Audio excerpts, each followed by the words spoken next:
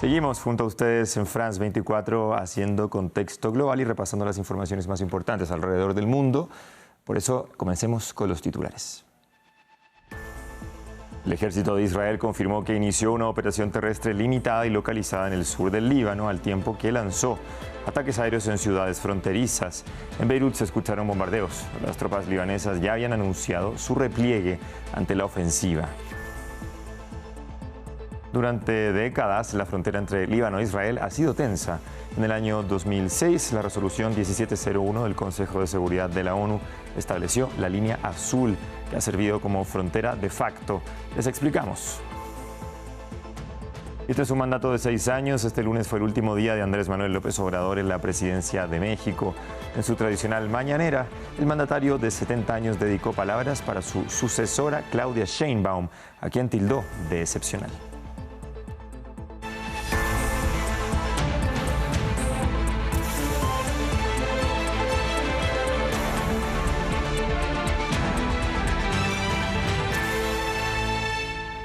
Bien, iniciamos en Medio Oriente, donde Israel inició su incursión terrestre en el Líbano, que asegura es limitada y localizada. Previamente lanzó los bombardeos sobre territorio libanés. Los ataques se registraron en Beirut, en las inmediaciones del aeropuerto, mientras que en las últimas horas las tropas libanesas se retiraron de la frontera sur con Israel ante la inminente invasión por tierra por parte del ejército israelí. Así lo anunciaban. De acuerdo con la decisión a nivel político, hace unas horas, el ejército israelí comenzó incursiones terrestres limitadas, localizadas y selectivas, basadas en inteligencia precisa contra objetivos e infraestructuras terroristas de Hezbollah en el sur del Líbano.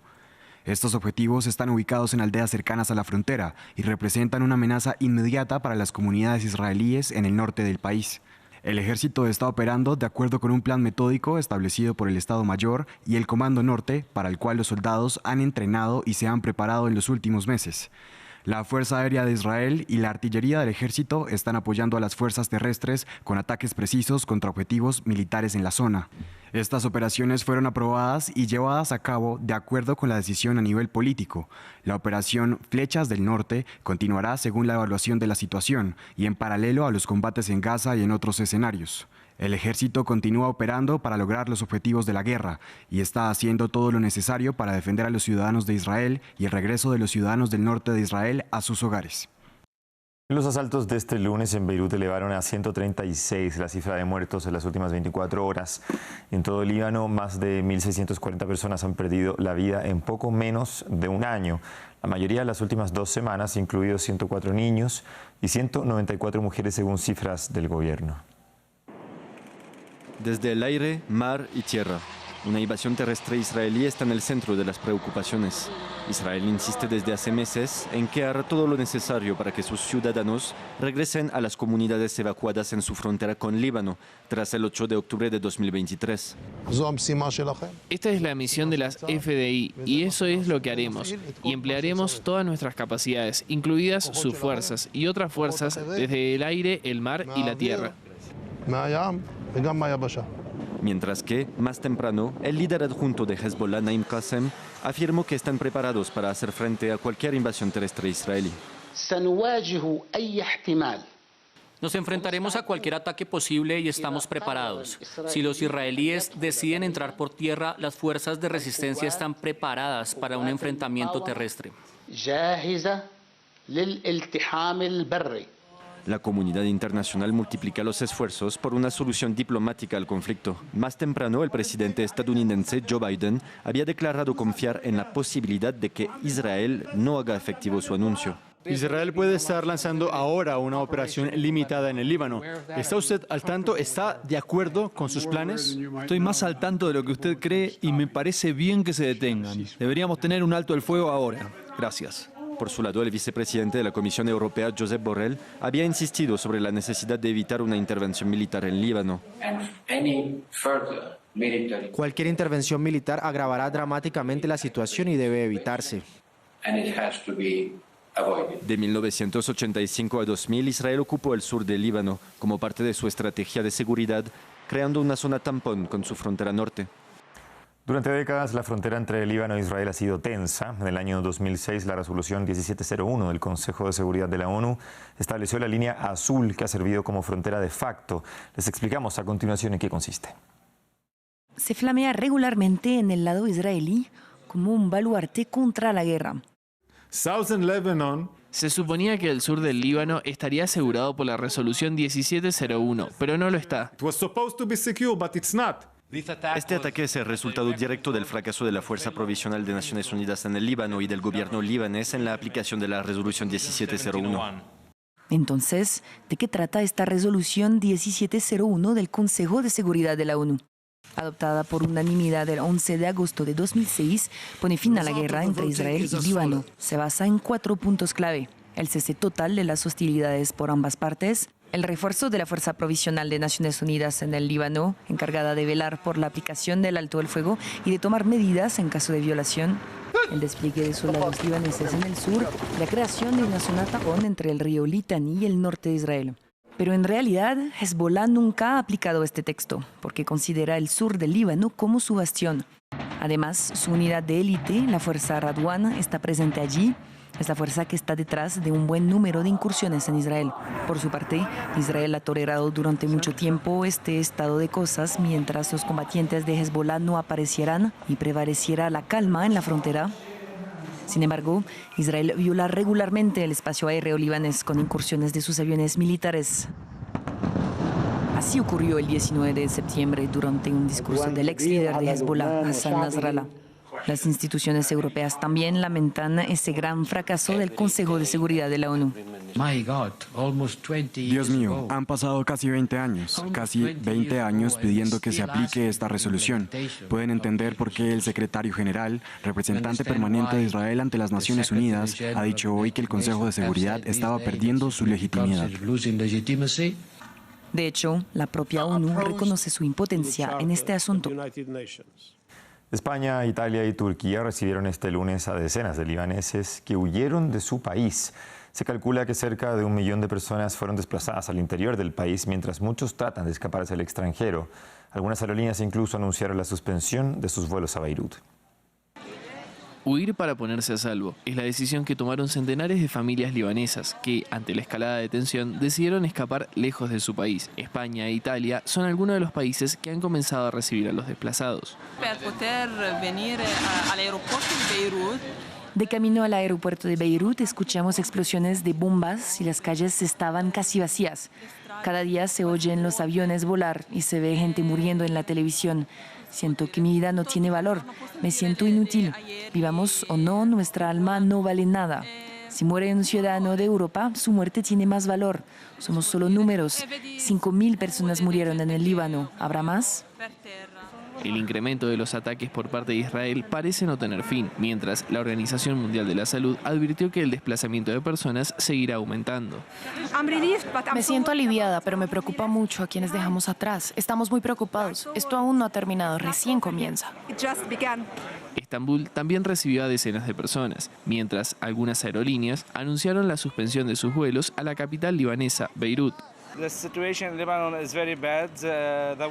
en Líbano es muy mala. La guerra está aumentando drásticamente y se producen muchos bombardeos en Beirut. Se oyen los vuelos de los aviones toda la noche.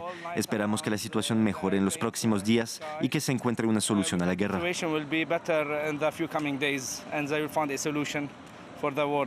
Líbano registra cerca de 1 millón de desplazados internos desde que comenzaron los recientes bombardeos, y miles intentan salir del país casi con lo justo. Pasamos a Estados Unidos. De acuerdo con el Departamento de Seguridad Nacional, unas 600 personas siguen desaparecidas tras el paso del huracán Helene, que dejó más de 100 personas muertas en 6 estados del país. El presidente Joe Biden afirmó que es el peor de la historia. El informe es de William Gasso. Puentes colapsados, casas derrumbadas por los vientos extremos. En la costa sureste de Estados Unidos, El huracán Helen destruyó todo en su camino. En Carolina del Norte, el estado más afectado, los daños son incalculables. Más de 300 vías están cortadas y 7.000 personas han pedido la ayuda de la Agencia Federal de Gestión de Emergencias. También sabemos que va a haber un número significativo de víctimas mortales. La devastación fue increíble. E incluso cuando te preparas para algo así, esto es algo que nunca había ocurrido antes en el oeste de Carolina del Norte. En Florida, a los vientos se sumaron olas devastadoras y las inundaciones provocadas por las intensas lluvias complican las operaciones de rescate. Algunas de esas casas fueron totalmente destruidas. Quiero decir, fue realmente catastrófico ver eso. Tenemos mucho que hacer en esa zona, por supuesto. Aquí hay mucho que se puede hacer. El huracán también afectó a 4 estados más: Georgia, Carolina del Sur, Tennessee y Virginia. En total, más de 2 millones de habitantes siguen sin electricidad. La Casa Blanca ya anunció el despliegue de unas 50.000 personas para brindar asistencia a las poblaciones afectadas. A los sobrevivientes quiero decirles que la administración estará allí hasta que terminemos el trabajo y eso nos va a tomar tiempo. Ya hemos vivido eventos similares en el pasado, pero nunca uno así. Este es el peor. Además de vidas, el huracán Helen va a dejar una factura elevada al gobierno estadounidense, hasta unos 100.000 millones de dólares según estimaciones de aseguradoras. Vamos a México. La seguridad será el gran desafío de la presidenta Claudia Sheinbaum, quien tomó posesión del cargo este martes. Su predecesor, Andrés Manuel López Obrador, deja un país con casi 200.000 homicidios en su sexenio. Y a pesar de que durante su gobierno se capturó a grandes capos como el Chapo, las pugnas entre los narcos sucesores han desatado olas de violencia sin precedentes, como en el caso de Sinaloa. El informe es de Samuel Salgado Castro. Con casi 200.000 personas asesinadas, terminan los 6 años de abrazos, no balazos. La consigna de la política de seguridad del saliente gobierno de Andrés Manuel López Obrador. Según datos compilados de agencias de noticias internacionales y del Instituto Nacional de Estadística de México, el gobierno de López Obrador fue el más violento desde que se tienen registros. La violencia, causada en su mayoría por el narcotráfico, es el talón de Aquiles de los mandatarios mexicanos. Tras una larga y violenta guerra contra las drogas de gobiernos anteriores, López Obrador, el primer presidente de izquierda en la historia reciente de México, apostó, al menos en el discurso, por una estrategia que se basaba en garantizar, respetar y promocionar los derechos humanos. Esta es la quinta mañanera a la que he asistido. Pero la prensa y opositores calificaron de negligente su política de seguridad. Las críticas llegaron hasta su programa habitual, La Mañanera. Presidente, usted va a dejar un país sumido en la violencia. El entonces periodista de Univisión, Jorge Ramos, confrontó a López Obrador por las cifras de violencia, pero el presidente mexicano no aceptó críticas. Respeto mucho tu punto de vista, pero no lo comparto. El aumento de la violencia se evidencia más en algunas zonas del país. Destruyeron una casa con drones en el rancho La Mona. Aquí en el estado de Guanajuato, los residentes y autoridades locales de Santa Rosa de Lima denuncian nuevas modalidades más sofisticadas y peligrosas que usa el crimen organizado. Los ataques con drones, pues eso nunca se había visto antes. Hasta hace como apenas un año que de ahí para acá que se empezaron a dar. La desaparición es otra de las armas de violencia. Según la ONU, en México hay más de 100.000 personas desaparecidas. Son cifras más altas que las de algunos países con conflictos armados. Y episodios recientes hacen temer que los números suban. Tan solo un mes antes del traspaso de poder a Claudia Sheinbaum, estalló una violenta pugna entre facciones del cártel de Sinaloa por el control del narcotráfico tras la captura de los grandes capos. Ya hay decenas de muertos y desaparecidos. Y cerramos con la montaña más alta del mundo que sigue creciendo. Tal como lo oye, el monte Everest continúa expandiendo su altura debido a la erosión, lo que ha empujado su cima hacia arriba entre 15 y 50 metros en los últimos 89.000 años. El causante, según un estudio de University College of London y la Universidad de China de Geociencias, sería el río Arun, que cada año desplaza 2 milímetros la montaña hacia arriba. Cerramos así Contexto Global. Siga nuestra sintonía. Ya viene África 7 días con Amal Ben-Otman.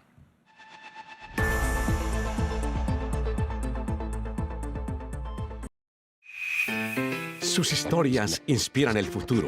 Su día a día es la actualidad. Su cultura, sus luchas, sus éxitos están en el corazón de nuestros programas. Les contamos los que hicieron América Latina y los que la construyen hoy. Les contamos un mundo hecho día a día por los que lo habitan. Liberté, égalité, actualité.